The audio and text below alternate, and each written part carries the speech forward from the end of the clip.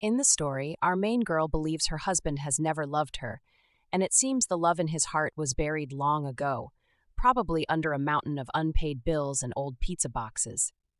The scene shifts to a hospital building, silhouetted against a stunning sunset. Talk about a dramatic backdrop for a soap opera. We see a man maneuvering a wheelchair, and in it sits a stunning woman named Summer, who happens to be the first and only love of Noah DeMarco, the aforementioned husband. The woman in the wheelchair, blonde and beautiful, gives off serious classic movie star vibes that almost seem to glow even in her weakened state. This scene is poignant, capturing the fragility of life intertwined with romantic history, as Noah's eyes reveal a depth of emotion that has been buried for far too long. The man kneels in front of her, offering a cup of water. Summer takes a sip, her gentleness shining through, and she thinks about a poor plant nearby. Talk about multitasking in a moment that could easily overwhelm someone else. Her compassion runs deep, and she decides that the thirsty plant could use a drink too. But instead of giving the remaining water to it, she pours it on the ground like it's an offering to the plant gods, as if to say that even the smallest of creatures deserve care and attention. Guess it's a dry spell for plants, she quips to herself, attempting to instill a sense of humor in the somber context of their surroundings. She insists that the man needs a drink too, nudging him with a playful smile, adding a light-hearted note to an otherwise heavy atmosphere. After all, what's a little dehydration among friends? This playful interaction showcases the bittersweet nature of their relationship, torn between joy and sorrow, laughter and tears. Summer, with her kind-hearted nature and unwavering spirit, reflects on how humans are the lifeline for plants, vulnerable little things needing all the help they can get. Tragically, Summer meets a rather unfair fate. She died young at just 22, her life cut short by cancer, which casts a long shadow over the lives of those who loved her. Her passing shattered Noah entirely. It's like someone ripped out his heart and replaced it with a block of ice. He has become a shell of his former self, taken hostage by his grief. Even after 7 years, Noah remains cold and indifferent, as if he took a course on how to ignore feelings, wearing his sadness like a heavy cloak he can't seem to shed. The man stands up, walks around, and wraps his arms around Summer, comforting her while playfully insisting she surely knows Noah loves her, though the nature of that love has changed in the face of unbearable loss. Meanwhile, everyone knows Summer took her last breath with the grace of a Shakespearean heroine, her spirit lingering like a wisp of perfume, ever present but untouchable. And with Noah still reeling from the loss, it's clear that love stories don't always have happy endings. But this one, a tapestry of love, loss, and the echoes of memories, lingers in the hearts of all who remember, offering a bittersweet reminder that even the most beautiful of loves can be fleeting. 7 years later, a female waiter walks into a bustling cafe, the aroma of fresh coffee and pastries swirling through the air like an enticing invitation. As she prepares to greet the morning rush of customers, she suddenly hears raised voices coming from a nearby room. Curiosity piqued, she tiptoes toward the door, peeking through the crack to spy on what appears to be an intense showdown. Inside, a tall man stands, his posture rigid and menacing. He faces a blonde woman wearing a striking red dress that catches the light just right, making her seem both glamorous and heartbroken all at once. The scene unfolding before the waiter resembles a poorly scripted reality show, and her heart races as she leans in closer to catch every detail of what promises to be a dramatic confrontation. The blonde tears flow down her cheeks, creating a poignant contrast against her luxurious attire. She challenges the man, questioning why he is accusing her of cheating when they both know the child they are discussing is his. The waiter can almost feel the tension radiating from them like static electricity before a storm. The man glares at her, his expression colder than a freezer stocked full of ice cream, and tells her with menace in his voice to get out of his sight, as though her very presence is the fly in his meticulously prepared soup. Desperate to salvage something, the blonde steps closer, touching his chest in a pleading gesture. Immediately, the waiter can feel the gravity of the room shift, but instead of a romantic moment, the man pushes her away. It is akin to shoving aside an unwelcome salesman trying to pitch him on a questionable product. The blonde insists, trembling with emotion, as she argues that this child is undeniably his, her voice growing louder with each passing second, reminiscent of a contestant on a talent show, demanding feedback from the judges. The waiter raises an eyebrow, fully engrossed in the spectacle, and thinks that this drama could easily rival the latest reality television series.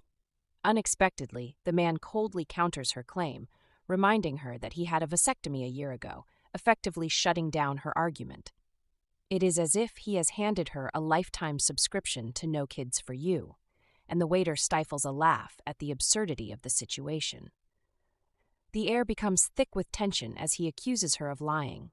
As it turns out, this is not just a bitter argument about parenthood, it is a full-blown courtroom drama with no judge in sight. The waiter shakes her head, a mix of sympathy and disbelief washing over her as she watches Amelia, the supermodel, try to defend her honor with a dwindling arsenal of reasoning. Amelia stutters, trying to deflect the damning evidence strewn about the floor like discarded lottery tickets. "You expect me to believe that?"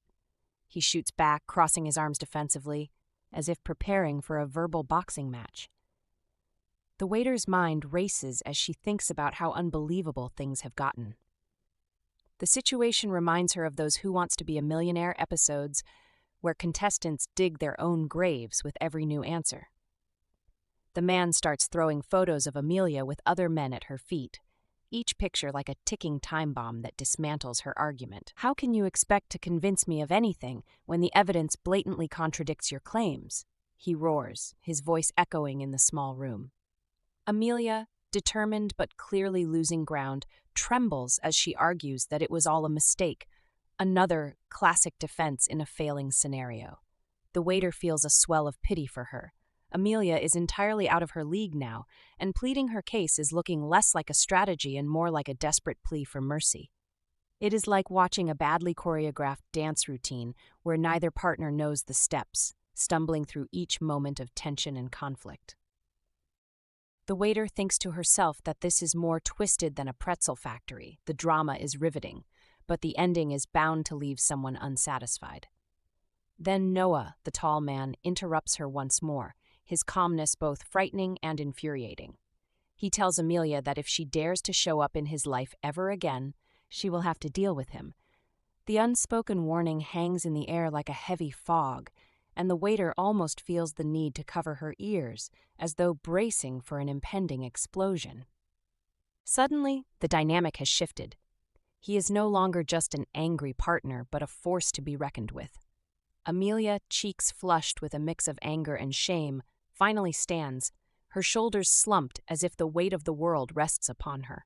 Her head is bent low as she walks toward the door, and it is a heart-wrenching sight. She looks like a prize fighter stumbling out of the ring after an exhausting bout, defeated but still holding on to that flicker of hope.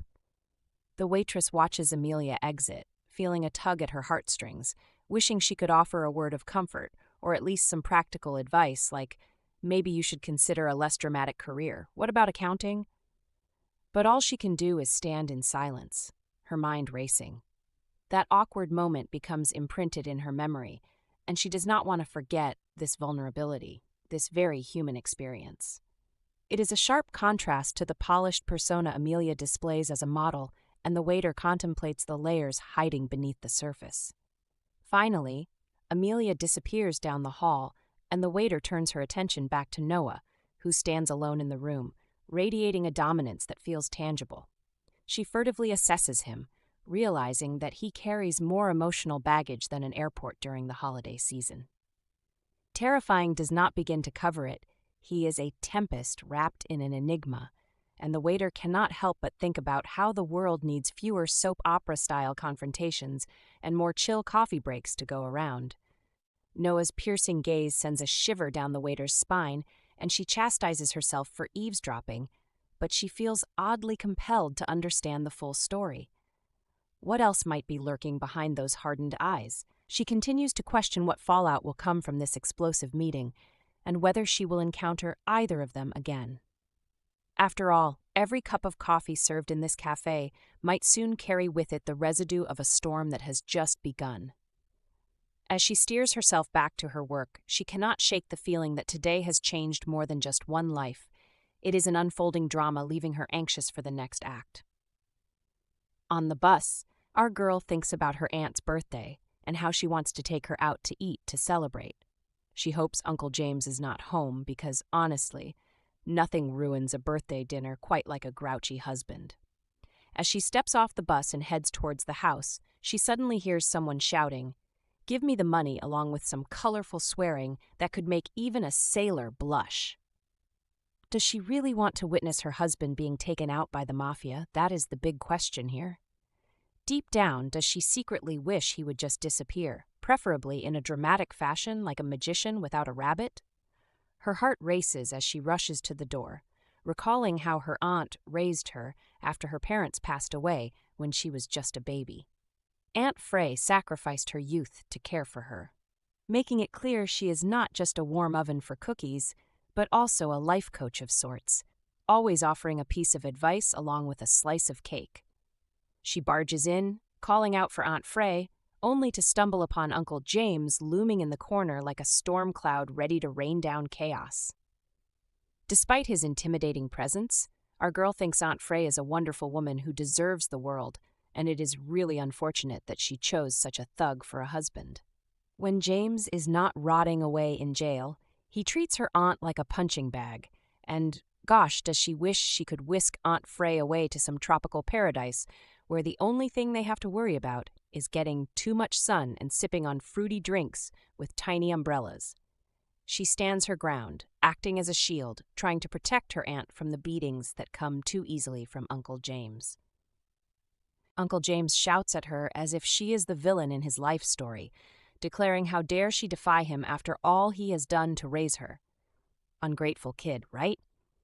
But our girl jumps right back, retorting that he did not raise her. Aunt Frey did. And he needs to keep his hands to himself, or else she will report him to the police quicker than he can say criminal mastermind. He scoffs at her, asking when her payday is, claiming he needs a whopping $1,000 right away, or else the mafia will have him swimming with the fishes. With a swift move, he grabs her by the collar of her shirt, his grip tighter than a too small pair of jeans after Thanksgiving dinner when everyone has eaten way too much. He accuses her of secretly hating him and claims she would be thrilled to see him meet his untimely demise. He is not about to give her that satisfaction. The tension thickens like a pot of boiling spaghetti sauce on the stove, bubbling and ready to overflow, and suddenly our girl opens her eyes, not quite sure where she is. Where is she? She notices she is wearing a striking red gown that looks more suited for a Hollywood premiere than a family gathering. Girls around her match her attire, each looking more confused than the last. And one of them pipes up excitedly to say that she is awake, as if she were just the next contestant on a bizarre game show that nobody wants to be part of. Our girl wonders what is going on and who these people are, feeling like she just accidentally walked onto the set of a soap opera that completely skipped the script. A woman with red cropped hair and a sharp blazer strolls over, looking like she just stepped out of a corporate meeting for a fashion magazine, and informs her that her uncle has sold her to the mafia. Her jaw nearly drops to the floor as she processes this shocking piece of information, and she is convinced the woman must be joking. This is not her style of humor, she thinks, and she definitely does not remember signing up for this crazy adventure. The woman gestures around the room, urging her to look around and see for herself, like a host unveiling the latest bizarre reality show. Our girl turns to glance at the other girls, each one looking as confused and terrified as she feels.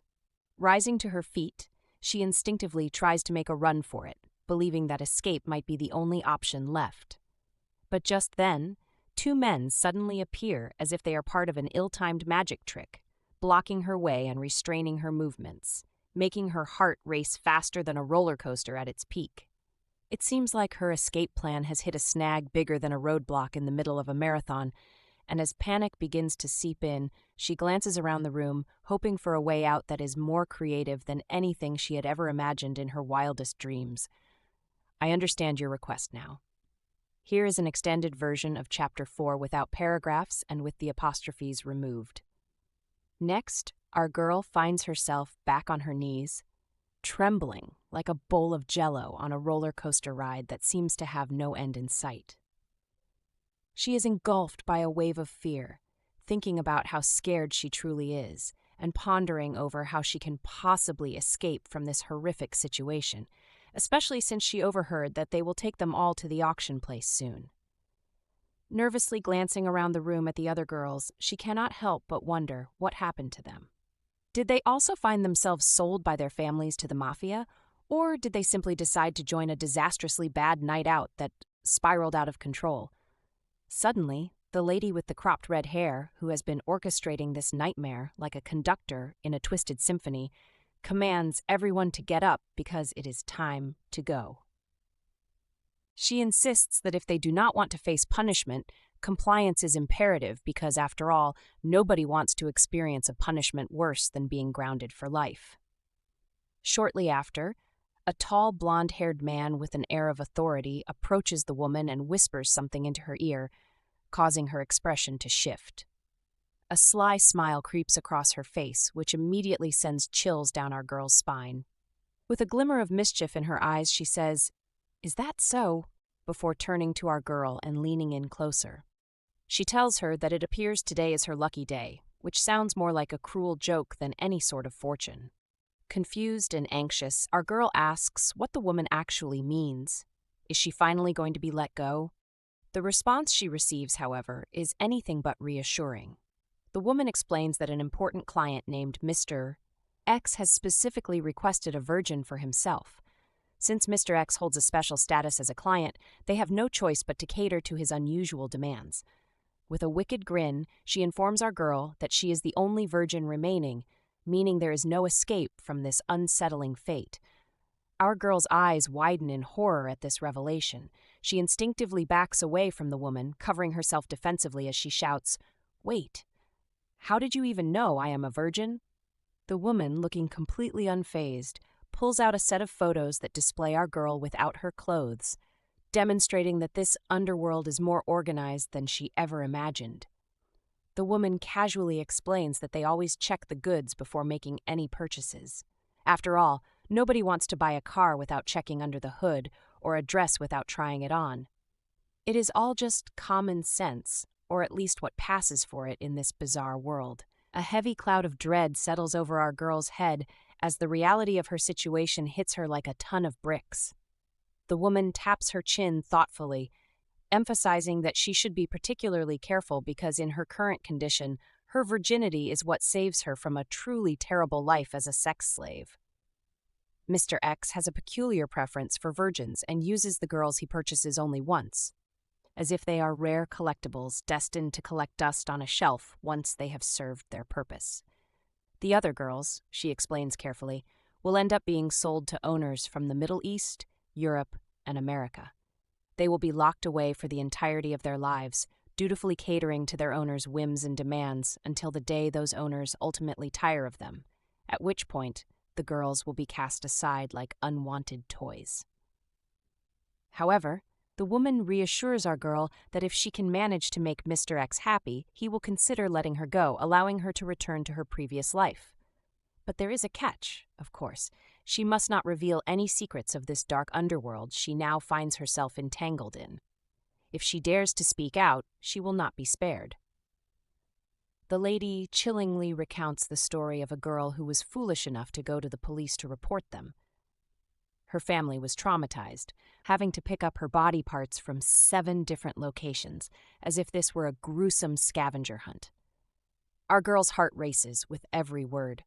As the terror sinks in, she realizes that she definitely does not want to end up as a cautionary tale in a truly horrifying urban legend. She knows she has to listen to what Margot, the woman with the red hair, has warned her about if she wants to survive this nightmare. Next, a sleek black car drives down a sunny highway, a stark contrast to the cloud of despair hanging over our girl. Inside, she sits still, lost in thought, her stomach churning with worry for Aunt Francine. Is she doing okay? Is she safe? These thoughts swirl around in her head, and she knows she needs to find a way to escape this situation and rush home to help Aunt Francine, who has done nothing but provide her with love and support. Soon, they arrive at a stunning skyscraper that stands tall and proud, a towering edifice that seems to scrape the heavens. Margot, the woman with the striking cropped red hair, leads our girl inside and approaches a sharply dressed man in an expensive suit, introducing him to our girl while claiming it is Mr. X's order as usual, reminding everyone present that Mr. X is not someone to take lightly. With a flick of her wrist, she tells Ramon, the man in the suit, to take care of our girl, noting that she just had a rough day, possibly hinting at the emotional roller coaster they have both endured. Ramon reassures Margot that the girl will be just fine with him, which is about as comforting as a promise made by someone in a scary movie. Margot leans in closer to our girl and emphasizes that if she can please Mr. X, she will be safe and will once again have the opportunity to return to her family. Margot's urgent insistence sends a chill through our girl as she realizes how vital it is for her to seize this opportunity. Our girl reflects on the need for her to survive and make it back to Aunt Francine. Moments later, she feels a push from someone dressed in a suit as she is ushered into a room. The person stiffly informs her that she can relax with some alcohol from the minibar and that Mr. X will arrive in a few hours, which feels just a tad ominous.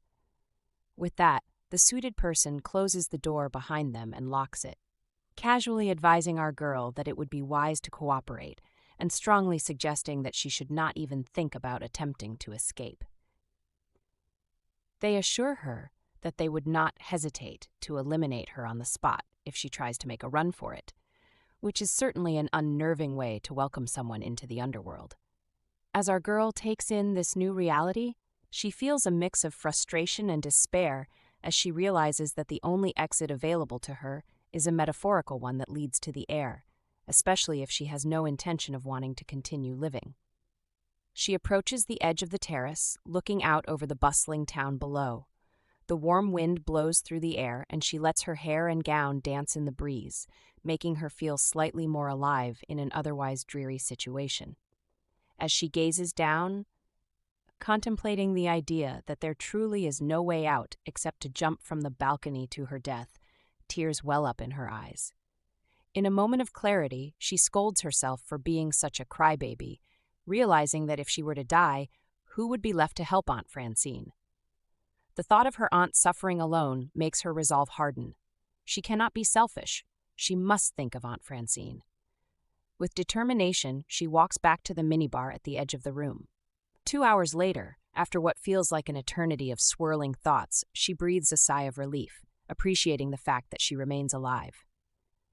Margot told her she only needs to serve Mr. X, and then she will be free.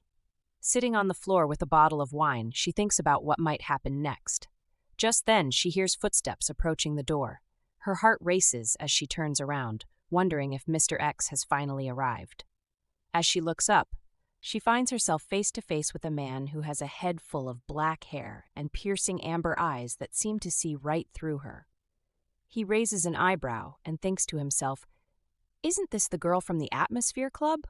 What on earth is she doing here?" At first, our girl thought she was dreaming, or perhaps the alcohol had blurred her mind, creating a surreal haze that clouded her senses. As she blinked to focus her gaze, she realized that Noah, the main guy, had recognized her first. Standing before her in a long-sleeved shirt with its sleeves rolled up just enough to reveal the tattoos snaking around his toned arms, he wore a vest and suit pants that added a sharp edge to his mysterious aura. Her heart raced in a way she couldn't entirely comprehend as she wondered whether this was the waiter from the Atmosphere Club. What on earth was she doing here right now? Apparently, he remembered her from that chaotic night, while she had no clue who he really was. A rush of embarrassment and confusion washed over her, and as she got up from the floor, her face flushed with color, and panic swirled inside her. Was he Mr. X? In an attempt to regain some composure, she stuttered a welcome. "Sir," claiming that she had been waiting for him and apologized for the wine spill. The man who was supposed to buy her from the mafia stood before her, his expression unreadable and his presence commanding. He asked her what her name was, and she replied with a shaky voice that her name was River. Sir. He echoed her name with a hint of curiosity. River? Such a unique name. This only deepened her anxiety, and she watched as he momentarily turned away, lost in thought. Her heart raced as she questioned why he had turned his back on her. Was he displeased with her? Did she look horrible because of the wine stain and the disarray in which she found herself? In a moment of desperation, she asked him if he was tired. Sir, would he like to rest first? She timidly reached out to hold his bicep, hoping to grab his attention, yet fearing she might be crossing some invisible line. Making him feel comfortable was crucial in her mind, as it could be the key to winning his favor and ultimately securing her freedom. She felt a glimmer of hope, envisioning that perhaps appealing to him on a personal level could afford her an opportunity to escape this nightmare. He stood there for a moment, thinking, but then shrugged off her attempts, deciding he was less interested in getting to know her than she hoped. He mused that it was too bad she actually looked like a decent woman, but was trapped in the role of a prostitute in this dark, twisted world. He realized Dennis had given her to him as a consolation prize after the commotion caused by Amelia, a name that echoed ominously in the back of his mind. He dismissed any thoughts about who she might be or what had led her to this predicament, and instead focused on the reality that she was a nobody. So why should he care? He held her firm, yet almost gently, as he questioned her further about her earlier statement that she had been waiting for him. Yes, sir, she affirmed desperately, her heart pounding. He asked what she wanted to do now that he was there. The opportunity hung thick and heavy in the air with unspoken potential, and she seized upon it, trying to appease him, but it seemed to fall flat. Frustrated, he made her get off him and stood up, leaving her feeling even more panicked than before. Realizing that she had to act quickly, she called after him, "Sir," and felt the tremor in her voice as she pleaded with him to be intimate with her. In a rush of boldness, she decided to take a drastic measure, one that could either break her or somehow save her. Promising that she would do it well, she felt the weight of nervousness settle into her stomach. A mix of fear and determination to please this man who held her fate in his hands. She could only hope that this boldness would be the way to secure her escape from the chains of bondage that had bound her just moments ago. Her heart raced. Every instinct screamed that she had to make this work because failure was not an option. She felt every nerve in her body come alive as she stood before him, ready to embrace this unexpected path, where her only concern was survival and freeing herself from this hellish nightmare. The stakes had never been higher, and she was prepared to go to any length necessary in hopes of turning her fate around, even if it meant treading dangerous waters. The future loomed uncertain before her, yet a flicker of hope surged within her as she took a deep breath, preparing to confront whatever might come next. They become intimate. When they finish, he sleeps off while she cries. In the morning, we see our guy carrying our girl bridal style, but turns out it was a dream. It's morning and they wake up in bed. Her back is turned to him while he turns to look at her. He asks her, why is she crying? He throws the covers away. She says that she's not crying and she cleans her tears. She sits up and tells him no, she is not crying. He asks her if this is how she works. She is intimate with a man and tries to win his sympathy afterward. Does she need more money? Then he thinks that Dennis must have paid a high price for this prostitute, but he doesn't mind giving her a bonus. Being with her all night made her headache go away. She says that she doesn't just want the money. He thinks that she is a liar. If she didn't need money, why would she sell herself like this? He tells her to come here, and she wonders, what does he want? Does he want to be intimate again because her body is sore? He tells her that she's playing hard to get now. Isn't she the one who wanted to be intimate with him last night? Then he kisses her. He tells her that he will give her a BG tip. She doesn't need to worry about money. She thinks that she doesn't want money, and she hopes to be free soon. They become intimate again. She starts crying again, and he notices. Then she says, "Sir, after this is over, he will free her, won't he?" Margot said he never uses the same woman twice.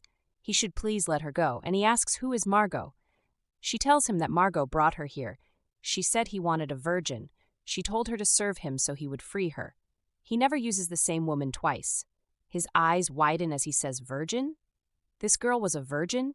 Impossible, she is and he notices the bedsheet, and he questions her that she is a virgin. So he is her first client? He insults Dennis in his head. She tells him that she is not that kind of girl. She wonders what is going on. Is he acting as if he doesn't understand what's happening? Isn't he Mr. X? He asks her how did she end up here. She says that she was sold by her uncle to the mafia. They would auction her to be a sex slave. But last night, Margot told her that Mr. X wanted a virgin. That's why she was sent here. Margot said that Mr. X usually will free the women he bought if I was satisfied with their service. That's why. He scratches his head and says so. He sees that he misunderstood. He thinks that he must have misunderstood her. The girl us innocent and is a victim. He tells her that he is not Mr. X, but he will make sure she is safe and will never go back to the mafia. She smiles and asks he will? He thinks that no wonder she was crying. This situation must be so traumatizing to her. He says that he didn't know she is not a worker and he has mistreated her. He apologizes. He helps her up and says he will take care of everything. She shouldn't worry. She should just soak in warm water and calm her mind. When she is feeling better, she should call him he will come to her. He runs her a bathe. She settles into the bath, and she asks him for clarity that he isn't Mr. X. In that case, what should she call him? He tells her that his name is Noah, so she should just call him by her name. She realizes that he seems like a good ma, so she is relieved.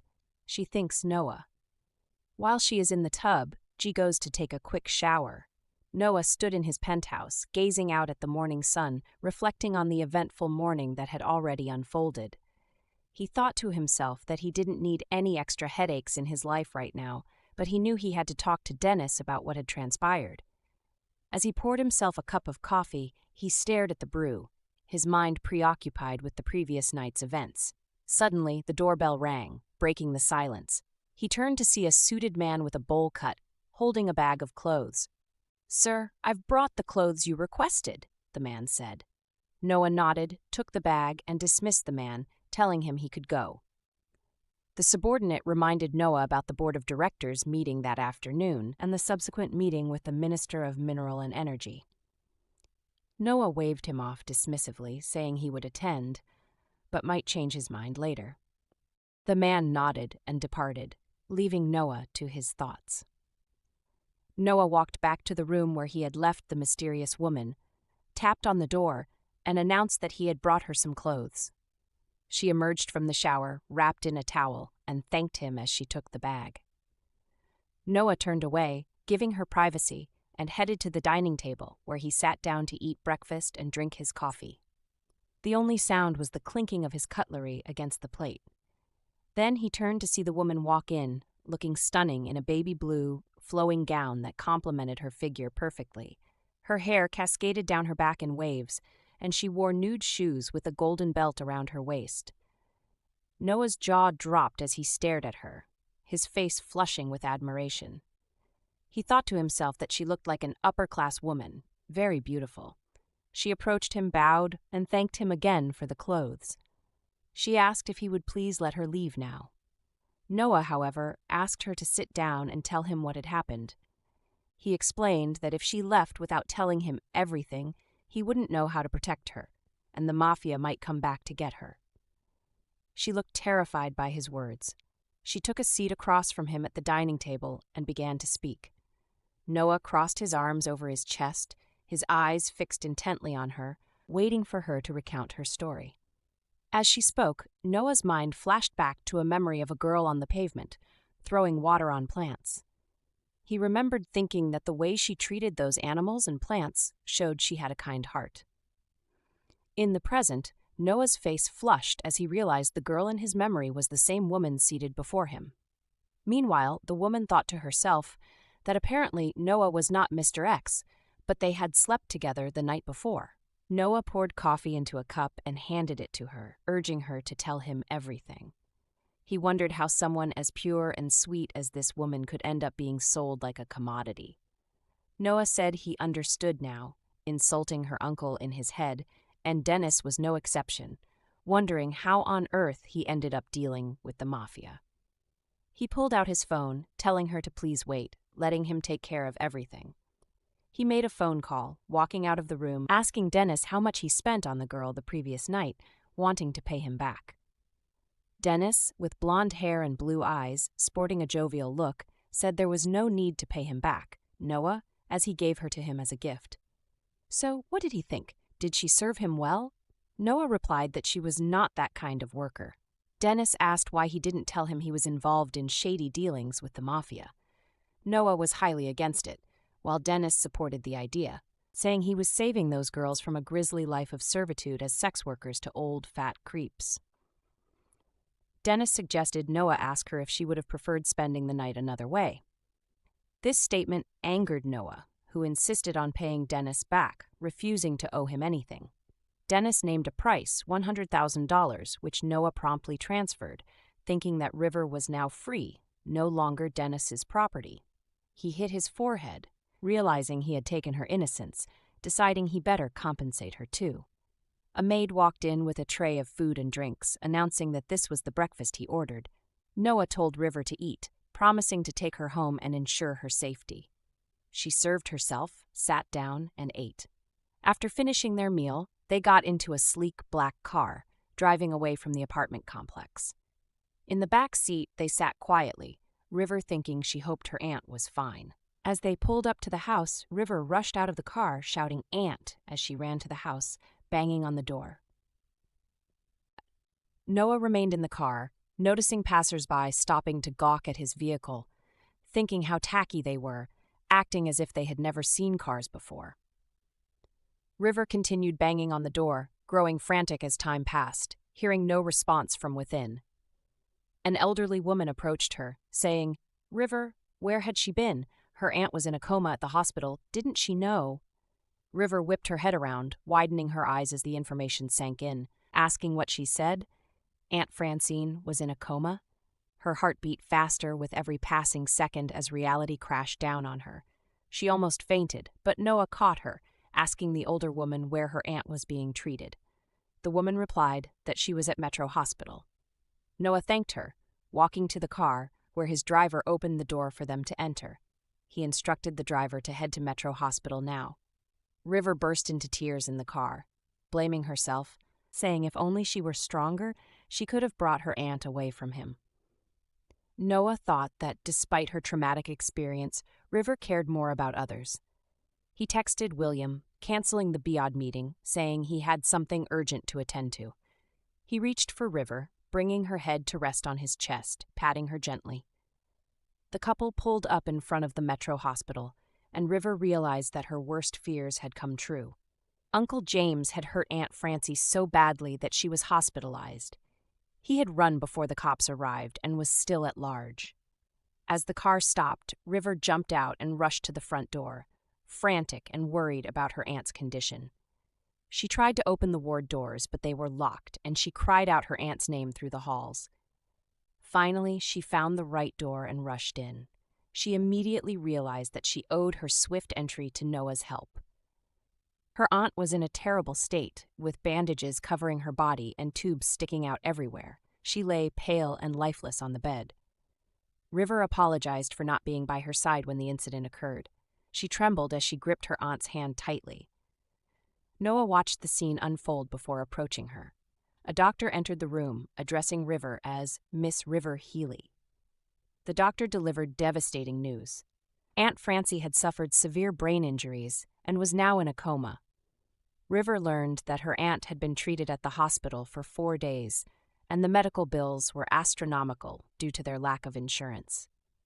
River looked at the bill, massaging her temples as she thought. William appeared, tapping Noah on the shoulder, reminding him that the meeting with the minister couldn't be rescheduled. Noah instructed William to assist River, cover her aunt's medical bills, and provide whatever else they needed. William nodded, asking if he should report everything to Noah, who replied that it wasn't necessary. William turned to River, suggesting they have lunch together to help her regain energy. River stopped crying, fear filling her eyes as she questioned William's identity. He introduced himself as Mr. DeMarco's assistant, tasked with staying by her side and helping with everything she needed. River smiled, thanking him, and William informed her that Mr. DeMarco was attending an important meeting with a minister. William took the file from River's hand, offering to pay the hospital bills to ensure continued treatment for her aunt. River argued that it wasn't his responsibility, but William reassured her that Mr. DeMarco had more than enough money to cover the expenses. He walked away to settle the bills, leaving River waiting outside the door. As she waited, she saw Noah getting into his car and driving away. She wondered why he had paid for her aunt's hospital bills so generously and decided she must thank him. River rushed out of the hospital, running towards the car and screaming Noah's name at the top of her lungs. River runs after Noah's car, shouting his name, panting and looking frantic, trying her best to catch up, but to no avail. Breathless, she thinks she hasn't had the chance to thank him for paying her aunt's medical bills. In the car, Noah reads a blue file, oblivious to River's pursuit. Tired, River turns back, facing reality, and walks back into the hospital, realizing the doctor tried his best to help her aunt. But she's in a terrible condition. River stumbles upon William, who nods reassuringly. 2 weeks pass, and River kneels beside her sick aunt's bed, unaware of the amount spent on her aunt's medical treatment, not daring to ask. After 2 weeks, the doctor advises moving her aunt to a long-term care facility for better care, with everything already paid for, leaving River without a financial worry. She wonders if this is Noah's way of apologizing for that night, but realizes it wasn't his fault, as he misunderstood her profession. River ponders if Noah hires women often, but shakes her head, irritated, wondering why she's thinking about it, as it's none of her business. River wants to thank Noah and inform him she intends to repay every cent spent on her aunt's medical bills, but lacks his contact information. Her phone rings, and she's shocked to see Noah's picture, identifying him as Noah DeMarco, businessman and owner of Blackwater Holdings. She recalls William mentioning his name and wonders how she forgot. River decides to find Noah and thank him directly, but lacks his phone number or email. William seems to anticipate her aunt's needs, paying for everything before River can, making it unnecessary for them to meet. River sighs, closes her eyes, and thinks that if Noah's actions stem from guilt, she must stop him, as she feels bad knowing he saved her from the mafia. River convinces herself she must talk to Noah, stop him from choosing expensive care facilities, and repay him. She decides to take care of her aunt at home, as doctors said there's nothing special being done at the care facility, and they just need to wait for her aunt to wake up. The next day, River walks into a building, thinking she's found Noah's workplace, and hopes to meet him. She searches for information, confirming Noah works from this building, and decides to ask to meet him. River enters the lobby, seeing men and women in corporate outfits, and wonders if she can ask to meet Noah directly, or maybe ask to meet William first, thinking it might be easier.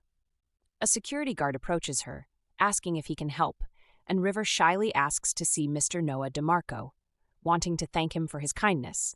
The guard gestures to the side, asking if she has an appointment, and River shakes her head, explaining she doesn't have his contact information and hopes to see him when he passes by the lobby.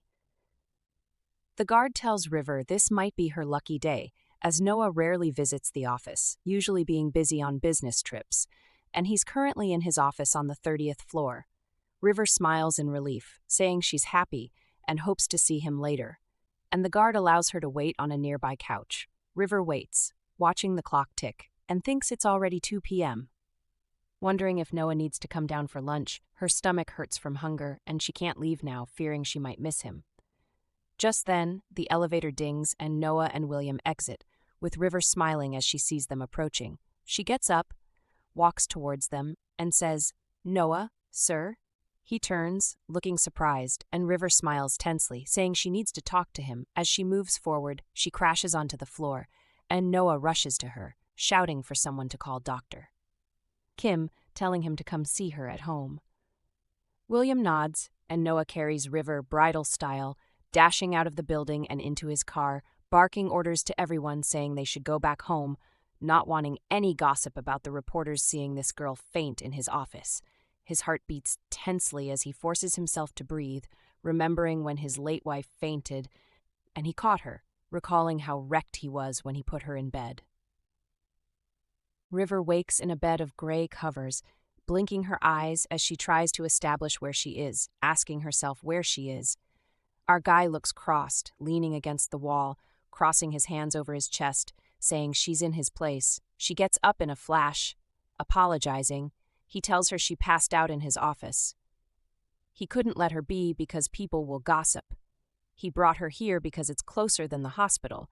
She bows her head in shame, apologizing for troubling him. He asks if she has a health condition. He got a doctor to come and check her, but the doctor couldn't find anything. She shakes her head, avoiding eye contact, saying no, she's fine.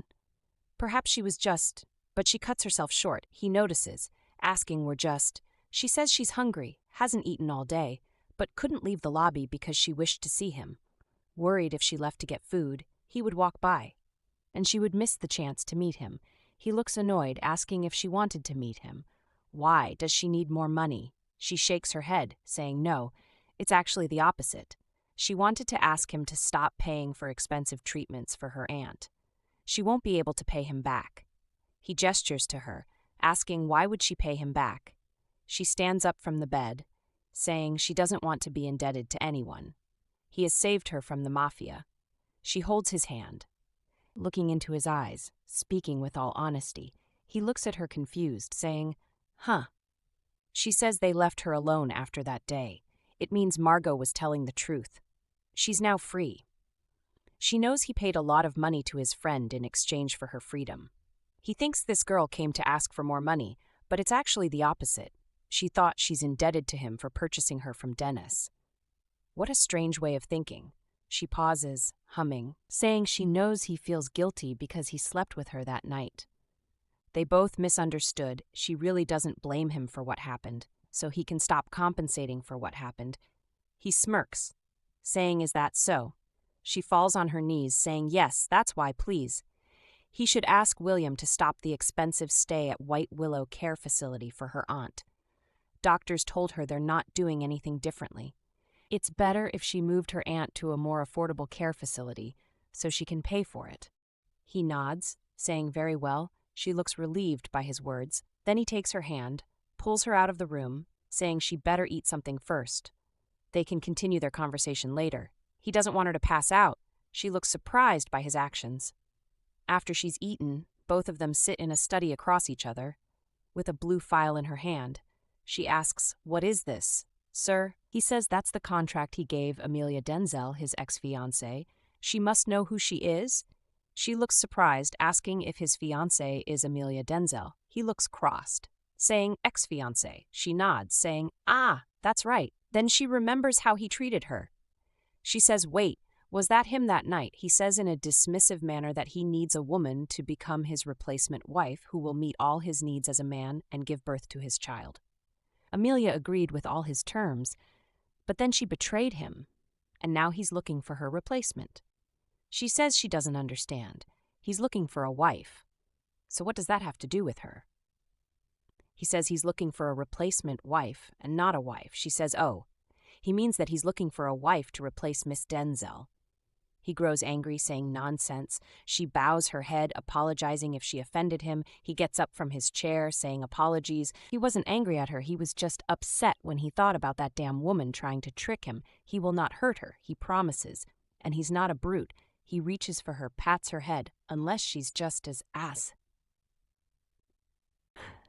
dumb as Amelia, and tries to trick him as well. She says thank you.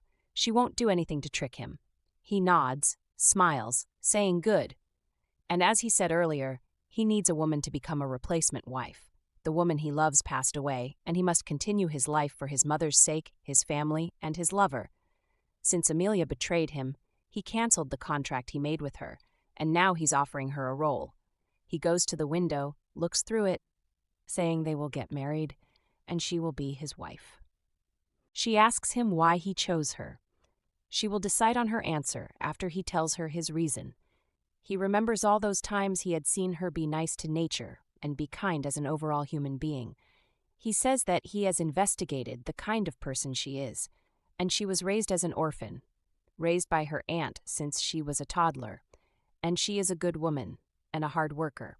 She loves her aunt very much, and both of them have been struggling for many years. He feels that she is a woman with a good heart, the kind of person that he can share his life with, as long as they respect each other's boundaries. He thinks this contract will not cause either of them any losses. He will get what he needs, a stable family, and especially he could bring his children into this world. He will get a good life, protection, wealth. This is beneficial for both of them. After several years, if she wishes to leave, she would have enough money to live comfortably for the rest of her life. She says that she sees, and she thinks that the way he spoke so calmly and in a businesslike tone, he really doesn't have any special feelings for her. Then she asks him if he will send her away after several years, or will there be a possibility for her to stay and keep being his wife. He says that the first term of this contract is 2 years. And after she gives birth to his children, it means she needs to fulfill the role of a surrogate mother, to carry them and give birth to them, taking care of her body, to make sure they will be born healthy, and breastfeed them for 2 years. And he will take care of her and provide the best to make sure she performs her role well. If after the first term ends and she wants to leave, or he feels that he no longer needs her, they will get a divorce, and she will get her $10 million. However, if she wants to stay, based on their mutual agreement, for every year that they stay married, she will get $1 million. If they get divorced 5 years later, she will leave with $5 million. They will have a sit-down every year to review their relationship and decide whether or not to continue. She nods and says she understands. Then she thinks that how dare she think he likes her. She is just a plain girl from a poor background, and the woman he offered this role to previously was a supermodel, and she is sure his deceased lover was someone from his social class as well. And then she asks him where should she sign. Then she thinks that Noah was right. This is a mutually beneficial contract. He looks at her pensively and says nothing. She asks him why is he looking at her like that? He says that she just accepted it so casually. Doesn't she want to mull over it before she makes a decision or consult a lawyer? Maybe she wants to get more money. She says that he is right by saying that this agreement will benefit them both. She was just surprised by the sudden offer. She says that, to be honest, she is flattered that he actually considered her good enough to offer her to be his wife. She didn't know what to say. He tips her chin upward and says that he is glad she is not someone who is playing hard to get, or play any games at all. He likes that she is open and humble. He thinks they can live together well. If she becomes his wife, she should never foster any hope that someday he will love her and forget his deceased lover. It will not happen. He wants her to be clear with her expectation and their agreement. This is a marriage of convenience. He is offering her. She says, of course. She says that she wouldn't dare hoping a man like him will fall in love with someone like her. He tells her good. This is just the contract draft for her to read. Tomorrow his lawyer will prepare everything and they will soon get married. She says soon. He says that as she knows he has broken his relationship with Amelia. Unfortunately, his mother doesn't know it yet. He is still thinking of a way to tell his poor mother that her broken son still hasn't been able to move on, as she has been hoping for. The wedding arrangement, etc., are ready. He just needs a bride. It will be held in 2 weeks. She puts her hand to her heart and looks down. He says that he will bring her to see his mother and explain everything. He is sure she will understand and will not be too sad. If he brought a replacement bride and the wedding still goes on, she asks, is that so? He asks her, do they have a deal?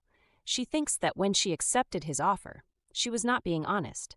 She told Noah that she agreed to marry him because she benefits from his offer. That will give her a life in luxury and protection.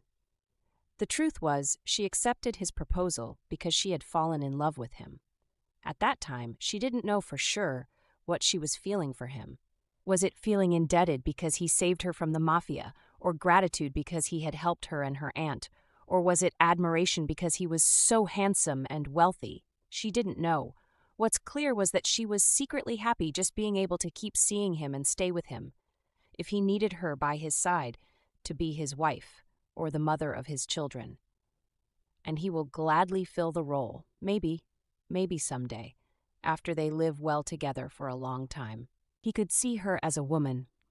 Through this monologue, girls help her get ready by fixing her makeup, her hair, her outfit, and her overall appearance. Maybe he could love her even only a little. Next, we see that her hair is put downward and she wears a cute yellow flowing dress. After some time, we see a black car drive into an expensive compound. Our girl steps out of the car wearing a pink gown, and our guy welcomes her with a handshake and says thank you. They stand hand in front of luxurious glass doors. Our girl gives us a monologue that she was given a crash course on social etiquette by a professional tutor. Before Noah took her to see his mother, she was nervous. They see a woman wearing green sitting in a gazebo. She has brown hair and bright green eyes. They step up to her and she looks surprised that this is River. Our girl smiles and says hello. She is pleased to meet her, and her name is River Healy. The older woman says that she is Charlotte DeMarco, Noah's mother. She tells them to have a seat. Then a maid walks toward the group holding a tray full of tea. She asks what happened to Amelia, why she never responded to her texts and calls. Our guy stands up and says that this is River. She is 21 years old. She is physically and mentally fit and comes from a good family. She has agreed to marry him next week. As the story drags on, Char asks that her son got a vasectomy. But why? Doesn't he want to have children? He says that he has already had them with Summer. They just need to be born, and he doesn't need more. River is willing to give birth to the children that Summer left behind for him, and he will raise them. That's why he decided to marry her. She will be his wife. The words replay in her head, and she thinks that she always likes the sound of it when Noah calls her his wife. And she guesses his mother realized her sincere feelings for her son, and she didn't object to the relationship. If you're eager for the next chapter, drop a comment expressing your interest in a part 2. Don't forget to subscribe and ensure to hit the notification bell to stay updated. Until next time,